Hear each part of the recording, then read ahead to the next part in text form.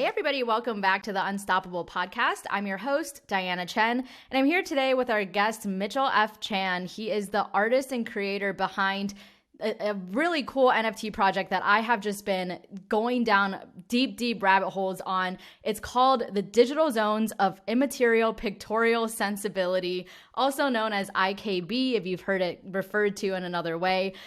So I'm super excited to have Mitchell here to talk about this because it took me so long to wrap my mind around what this project is, and it's one of the original NFT projects back from 2017 before NFTs were really even a thing. And so Mitchell, thank you so much for being here today. I'm really excited to talk to you. Thanks so much for having me.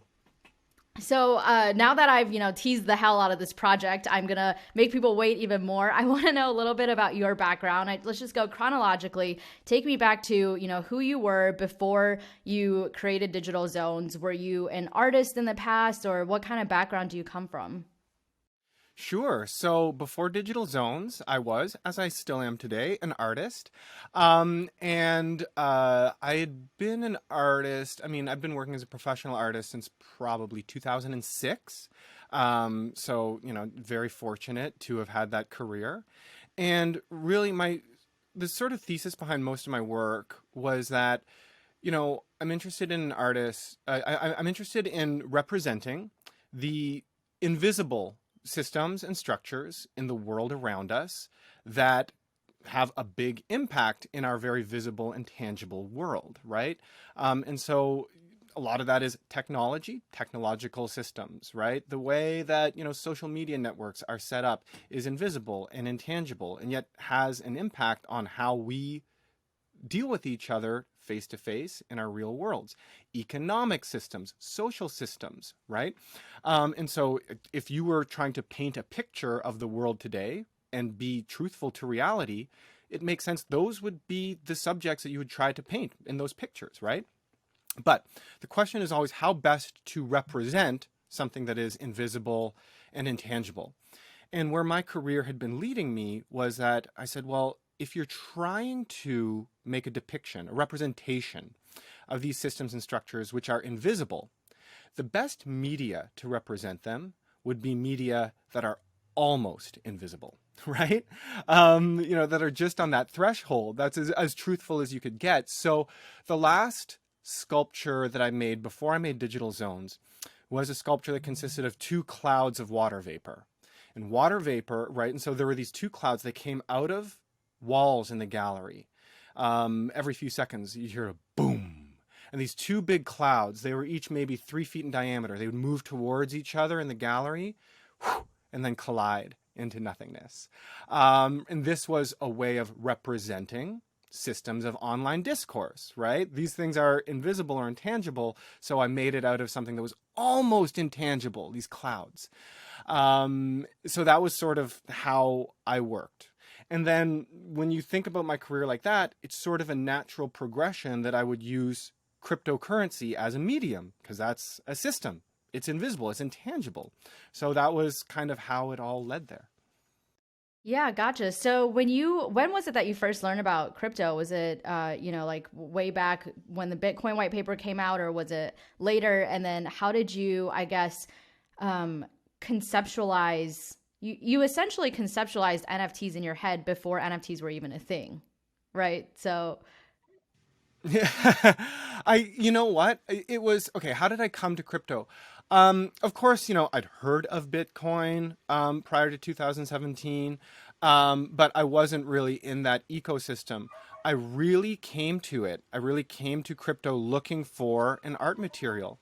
It was right after making that cloud sculpture. I was trying to figure out, well, what will my next medium be? What's even less tangible than clouds?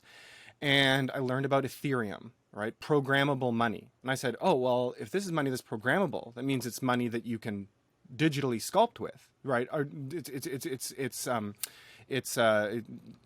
art material. So that was how I entered it. And in terms of conceptualizing the NFT, I must admit, it wasn't my initial aim to do that. At first, when I first started playing with it, as an art material, it's just like being in the artist studio with any other material. I don't know what I'm going to make. I'm writing code. I'm learning Solidity. I'm configuring it like this. I'm configuring it like that. I'm wondering, oh, is this going to be a trading bot? Is this going to be, am I going to make my own kind of branded altcoin or something like that? And it was ending up making a non-fungible token representing art. It was just where the research led me. Gotcha. Okay, so then take us through this journey of creating digital zones, and maybe start with the story behind the original story that inspired you to create this on-chain version. So tell us, like, who was Yves Klein? What did he do? And like, what inspired digital zones? Sure. Yeah, I love telling this story. So I'm in the crypto world now, and it's completely new. And whenever we come across something new, it's very helpful to look back to the past to see if there are any precedent ways for understanding this. And then you can see how they're similar and you can see how they're different. And so I spent a long time trying to figure out, does the history of art have anything to say about this cryptocurrency things? And after a lot of research, I ended up at Yves Klein. And so here's what Yves Klein did that I felt was a perfect analogy to what would happen if art started to be traded on blockchain. Yves Klein created this project in 1958. It was called Zones of Immaterial Pictorial Sensibility.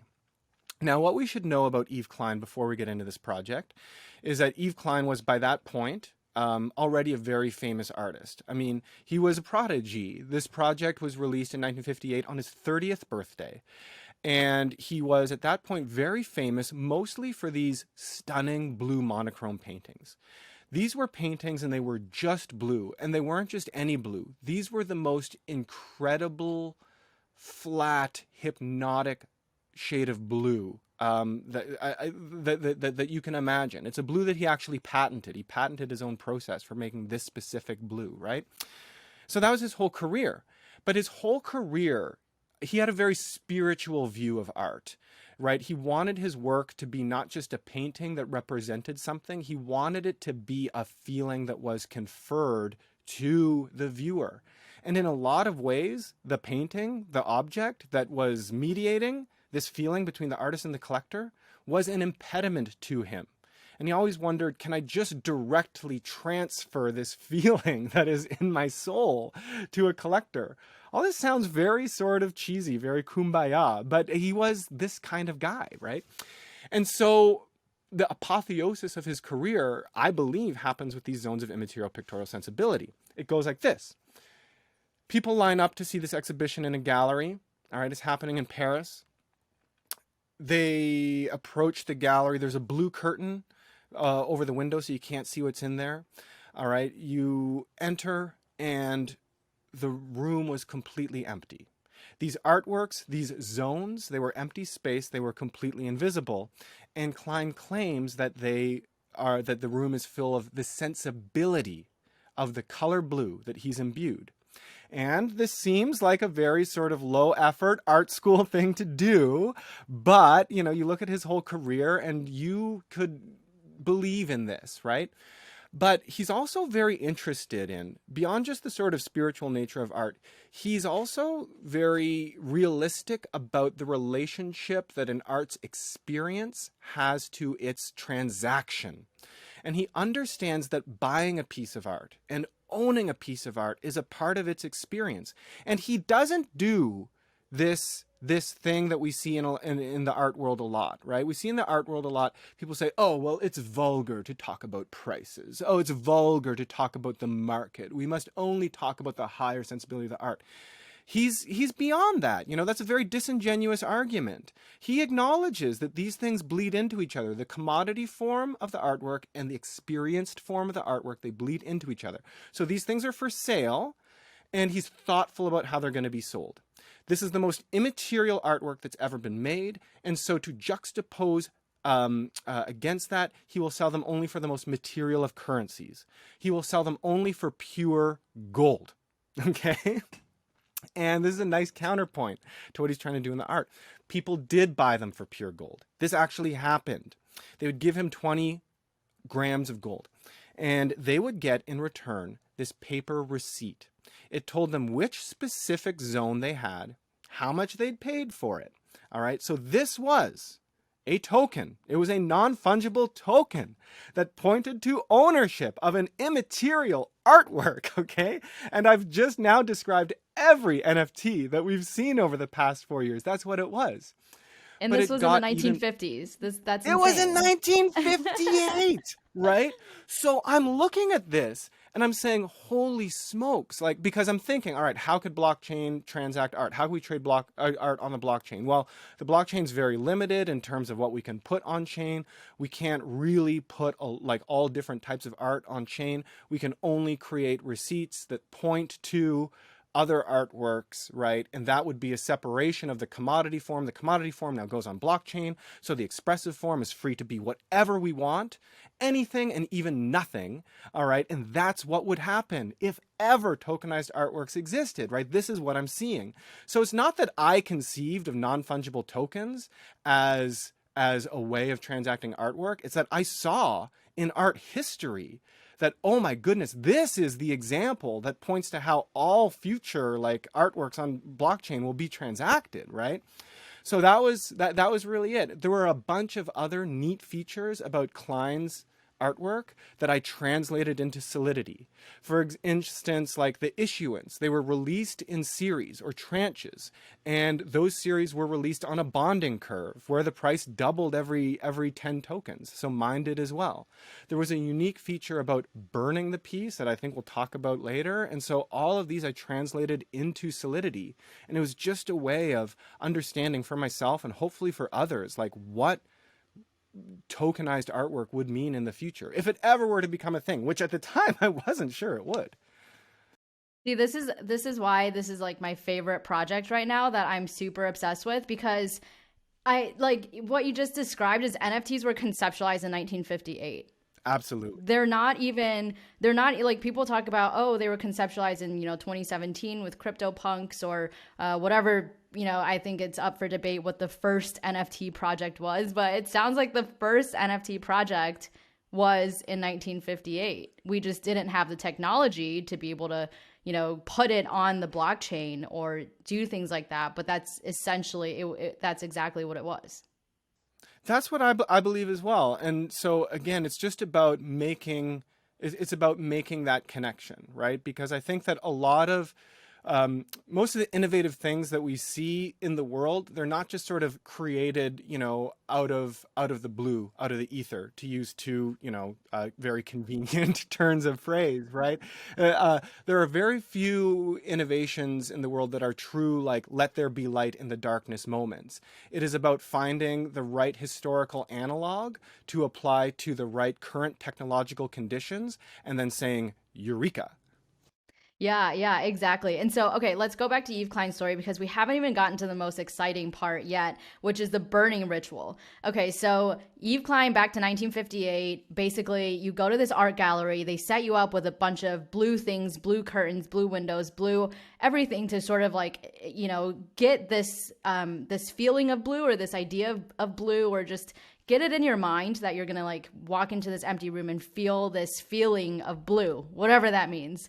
And you go in, you buy, a zone, you get a receipt, and then what? Okay. And so this is the most exciting part. So tell us then what? So here's the thing. This whole project is about the difference between like legal ownership and true ownership of an artwork. And Klein says that just because you own this token, I mean, really what you own, it means that you own a receipt. But this project is about a sensibility, and like to have a true sort of spiritual sensibility, it means a relinquishing of legal ownership. So he says, you can perform this ritual. You meet me at the River Seine, and you burn this paper token. All right. And this paper token is the only thing that you got in exchange for your 20 grams of gold. Well, at least the only visible, tangible thing that you got. Right.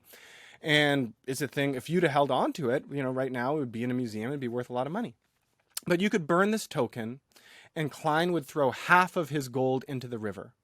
And in doing this ritual was the true transfer of of the sensibility of the piece, right?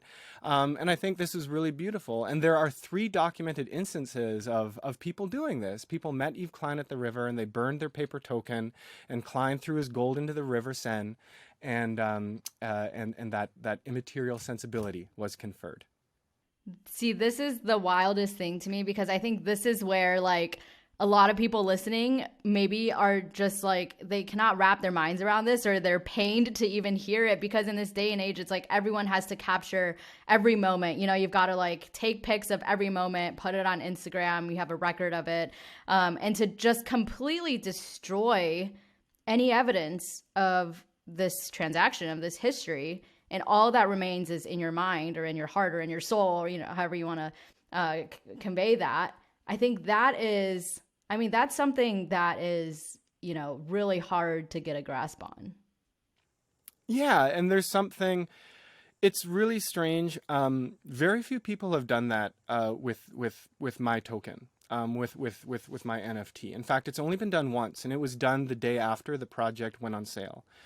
And as you know, things have progressed, and the project has become, you know, more widely known, and also more valuable price wise. I think that idea has become even more special to me. It's become even more meaningful. I mean, obviously, burning one of these tokens now, you know, would be a much bigger financial loss for whomever did it, is like weird as that is to think right now. But it's also like, you know, in this this market is more supercharged and frenetic than I ever would have imagined. And therefore the contrast to just letting go of all that and just having this sort of like peace and calm and serenity that comes with that relinquishing is, I think, even more meaningful right now. And I hope that I get a chance to do that with some collectors in the very near future. Yeah. So, okay, explain that parallel a little more in detail about how it works with your digital zones now. So, say somebody purchases a digital zone NFT, which also, by the way, there are only 100, I think, or is it 101 of these NFTs?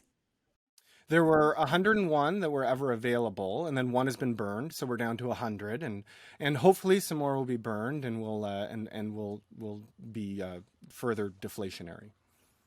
Right, right. Okay, so there's 100 of these NFTs right now. When somebody purchases one of these, it just goes through as a normal transaction, right? They have to take the extra step of saying that they want to burn it, and they want half of the purchase price to be burnt as well. Like both parties have to take this extra step in order for that to happen. Otherwise, it just goes through as a normal NFT transaction, right? Yeah, once you own it, you can at any point perform the ritual to burn it. And actually, I don't need to be involved with that. Anybody can call that function on the smart contract, and it will automatically throw half of my ether into a provably irretrievable contract. That'll be gone forever. And that collector's digital zone token will also be gone forever. I've put it out there and asked collectors and said, if you do this, it would be really nice to do it together, because, you know, anybody who does do it, I'd like to chat with them so we can truly like confer some kind of non-tangible like experience together. But yeah, it can happen really anytime. Got it. So it's up to the buyer to decide if they want to burn the NFT. And then if they do decide that, then half of the seller's ETH that they received from the transaction will automatically be burnt. No, half of my ETH is burned. The Oh, seller just half of loses. your. Yeah, yeah, exactly, right? Because that is the gold that I received for this zone of immaterial pictorial sensibility, and so I would be throwing half of my gold into the river, and the collector would just be burning their token. Okay, okay, gotcha. And you said only one person has done this so far. Do you know who it is? Did they hit you up or I don't. It was done completely anonymously. Wow. Wow. Okay. All right. So, okay, going back to when you first created this, what did you think was going to happen with this project? So you created it in 2017. It was largely pretty silent until recently when it's exploded again, right? So, like, what was your expectation of what was going to happen when you created this? Um, I th- I didn't have a lot of expectations. I released it into the art world. It was unveiled, and the first token was minted at Interaccess Media Arts Center here in Toronto, which is a gallery and art center with a long 35-year history of presenting innovative new media projects. And then I presented it again at Kent State University a few months afterwards. And really nothing happened. I mean, it was just something, I think that the art world maybe just wasn't ready to hear about crypto, at least not the art world, at least not the part of it that I was, in. There were other parts of the art world that were thinking about this, but they were half a world away, and we didn't really connect. And so it was just quiet. I made some predictions in the essay that accompanied the piece, right? This token, this smart contract I released was accompanied by a 33-page essay that put all these ideas and these stories down in writing. And so I did make some predictions, and like, make no mistake, some of them were a little bit tongue in cheek because I truly never expected it to take off to the extent that it has now. But I said, okay, in the future, I did say that digital artworks might be listed on exchanges. That there might be like centralized marketplaces for transacting them. I did say that it's possible that even though these tokens are indivisible, that somebody could put it into a contract to fractionalize them, right? And so, but all those predictions, I wouldn't say they were things that I was expecting. They were things that I was almost tongue in cheek, like suggesting could happen. And now all of them have happened. Yeah, wow. That's super impressive that you were able to predict all of that. And so I guess like now, when you look at like the ecosystem and how much it's exploded, what are some things that you attribute to that? Like, why, in your opinion, like, why is it that, digital zones were mostly silent for 4 years and then all of a sudden have exploded in the last month or so? um, because crypto is a very passionate community, right? And one of the things that like has fueled the NFT boom entirely is that communities need culture to survive, right? You need a culture to rally around. You need a culture, and that's what I think NFTs represented. Like, on one hand, like, just from a market perspective, they were a major like liquidity unlocking event for a lot of crypto collectors. It gave uh, uh, crypto accounts another place to invest in. But it was about seeing some of these digital artists and seeing, okay, this is a way of investing in an aesthetic and a culture. And I think that digital zones have really, really boomed because they're not just an artwork that is native to crypto. They are an artwork that is about crypto, and they are an artwork that presents crypto as a natural extension to a century long story of conceptual art. And I think that's meaningful for people. I think it's meaningful whenever they see an artwork that acknowledges, really, this is this continues a story that had been that started a long time ago. Yeah. And so when you look at the space now, what are some other projects that you think really deserve, some praise and some mention of being really awesome? Because there's so many projects, and I think people, are. I think everybody has like sort of different views about this NFT space. Some people just see like the cool cats and the pudgy penguins and all these cute little animals and don't really see the art value in it. And then other projects, are using cool tech, like art blocks with the generative art. I think that's really cool. And then other projects actually have, like high effort art, like very, very much in contrast to all the low effort art that we're seeing out there. So when you look at the space, like what are some of the projects that you think are most worthy of mention right now? Sure. So I think, are two different categories of works that are really blowing up right now. One is work that is trying to um, test the boundaries of what can be done on blockchain. So we see anything like with the word on-chain is really exploding right now. On-chain generative, whatever. And so, people want to invest in those innovations and be a part of them, feel a sense of ownership over them. And personally, I think that, for artists, there's this mad scramble to claim land. Okay, I'm going to be the first person to use blockchain like this. I'm going to be the first person to use it to create a smart contract that does exactly this. All of those innovations and all that experimentation is valuable, because all those artists are creating tools for the rest of us to come in and use later. So it's extremely valuable. But I think time will only tell whether the actual artistic expression, like the actual sentiment and ideas and concepts behind that innovation, will stand the test of time, because it is just a mad dash to be the first person to do this or that, or to, use the data field of an NFT transaction in such and such a way.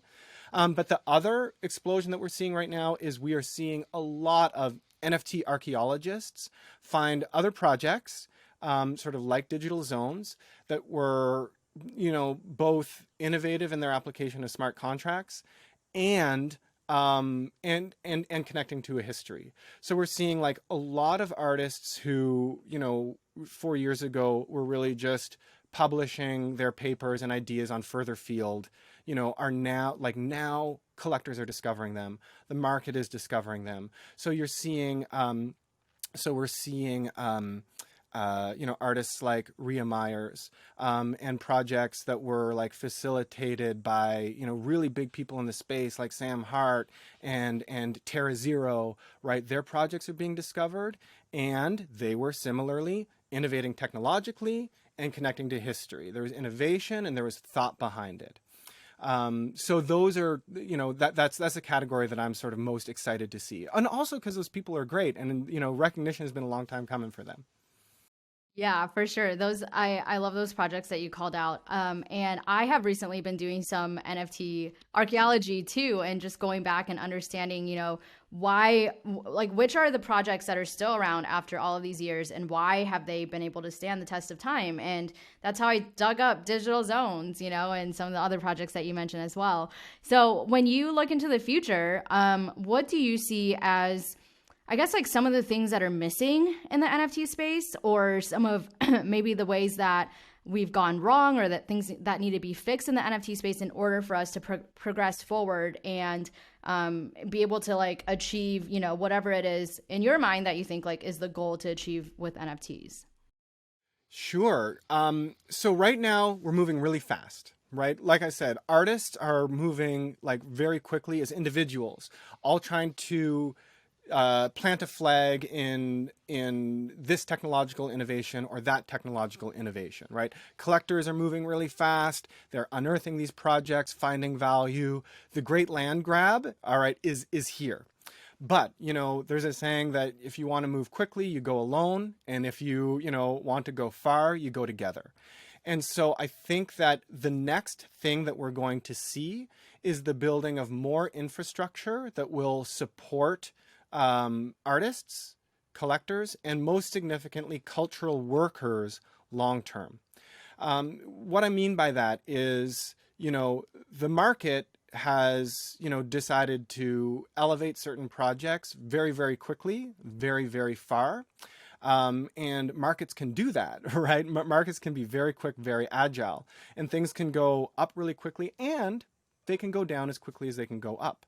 But cultural value is accrued slowly over time, right? Ultimately, something like a Picasso has cultural value because there's been decades of people writing about it, studying about it, exhibiting it, and using that artwork to tell stories that are meaningful to them. And the people who have built that cultural value are not the artists themselves, right? And so right now our space doesn't really have a way to reward those people or compensate those people. So what I'm hoping will happen next in the space, now that there's been this explosion of interest, which is fantastic, and I'm so grateful and so appreciative of, and then hopefully we'll have a moment to slow down. We'll be able to build something that looks a little bit like the galleries and artist collectives that we had before, but better, right? Like we'll be able to skip a lot of the stuff that didn't work about that, and just focus on the things that did work. And what did work was communities that are like invested in building stories, doing curation, writing essays, putting on exhibits, and they're going to build cultural value that makes sure this type of art is here to stay. Yeah, yeah, for sure. I sort of, when I look at the space, I sort of see it like maybe going like one of two different ways because we've reached this spot where, prices are sky high. Like it just seems like we're like at a peak of NFTs that we've never been at before. And it seems like now, like people are taking like two different approaches to it. Some people are treating NFTs almost the same way as they're treating, Bitcoin or ETH or Litecoin, as just like trading currency, like trading stocks and an investment, and, going out and minting all these new NFT projects and then making a quick flip. They've like got a strategy down. Like there are people like that. And then there are other people who actually see the value of artwork and are, have the mentality more in the direction of digital zones, which is, the price doesn't matter maybe as much as, some people might like to think, or the market is expressing at this moment. But it's really like the feeling you get from the artwork, or like the connection you feel to the artwork, that is really valuable. And so I'm curious to see in the future which direction this goes, or I guess which elements of the NFT ecosystem we carry on into the future. And I think you mentioned like the culture aspect, I think is really strong and we can't really, survive without. And then there's the community aspect, which I think has really surfaced with the NFT boom. And I think that's probably a really good thing for us to carry on into the future as well. But I am definitely interested to see, which direction we go, because it does, in a sense, feel like we're at a fork in the road and we could go one of two ways.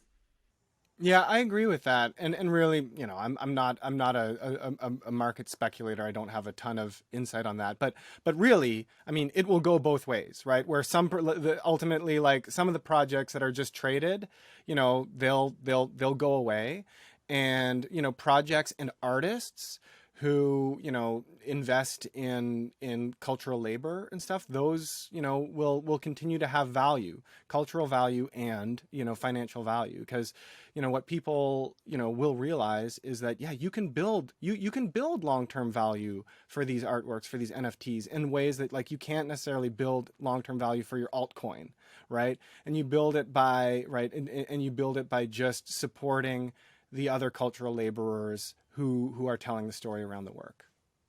Yeah. And so finally, Mitchell, last question for you. Since you were able to predict so many things correctly in your 2017 blue paper about what the space would look like today, if you had to write a blue paper today about what the NFT space is going to look like in, let's say 10 years down the road, what would be some things that you would write in that paper? What I would predict is that tokenization would become adopted for physical artworks, and that it would be used by institutions to separate custody over the experienced form of the artwork from ownership over the financial aspect of the artwork. And I would predict that that would have a wild effect on the global art market. Okay. So basically, okay. I feel like you need to elaborate on that point a little bit. Because I don't know if people understand what you just said. You're basically separating ownership with custody. And so how would that play out? Like, you know, Well, think about this, right? I said that, I said that an NFT is a way of separating the commodity form of an artwork from its experienced form, right? And when you do that and you let the commodity form be a token on blockchain that's extremely liquid, all right, very, very easy to transfer, to buy, sell, and trade. And then you also allow the art form to be anything, right? Because before, all right, an artwork had to have both of those aspects in and of itself. You had to make a painting, and the painting was the object that you sold, and the painting was also the object that you looked at, right? And that's a limitation, that's a restriction. When you separate that, the thing that you sell as a token, Your artwork can be anything, right? So there you go. So that's to me. So to me, that's the promise of NFTs, is that I believe it can liberate artists to be more conceptual with their work. You don't have to make a painting that matches someone's couch. All right. You don't have to make a sculpture that can be like shipped and sold and, fit on someone's end table. Right. But I think that separation between, commodity form and expressive form could happen for existing works. So it's possible that if you have, a piece on the wall behind you, there's no reason why you couldn't write a smart contract that says, okay, this piece belongs on the wall of MoMA, like it's contracted to be here for the next 199 years, but its ownership and therefore its financial value can be transacted even while the physical thing itself stays on our wall forever. Gotcha. Gotcha. Very interesting. Yeah, I can definitely see that happening in the future, and we'll have to revisit this in 10 years and see if your prediction was right. I'm sure. Maybe we'll hit it before the 10 years is what I'm thinking. But awesome. Well, thank you so much, Mitchell, for taking the time to come on the podcast today. Before you go, just tell people where they can find you, and then also if you're working on any cool projects that you want to plug, or let people know how they can check out Digital Zones as well, because I know, I think on OpenSea it's something else. And then is there like a website for it that people can go to? It's a little obscure and elusive to find. Yes, it's very elusive and mysterious. But the best way to learn everything there is to know about Digital Zones and my other work and my whole career is at the website chan.gallery. And chan.gallery has links to my Twitter, Instagram, Discord, and it has links to the blue paper, which explained the digital zones back in 2017, and updates about where it's been since. Awesome. Awesome. Well, thanks again so much, Mitchell. Thank you, everybody, for tuning in. And we'll be back again soon with another episode of the Unstoppable Podcast.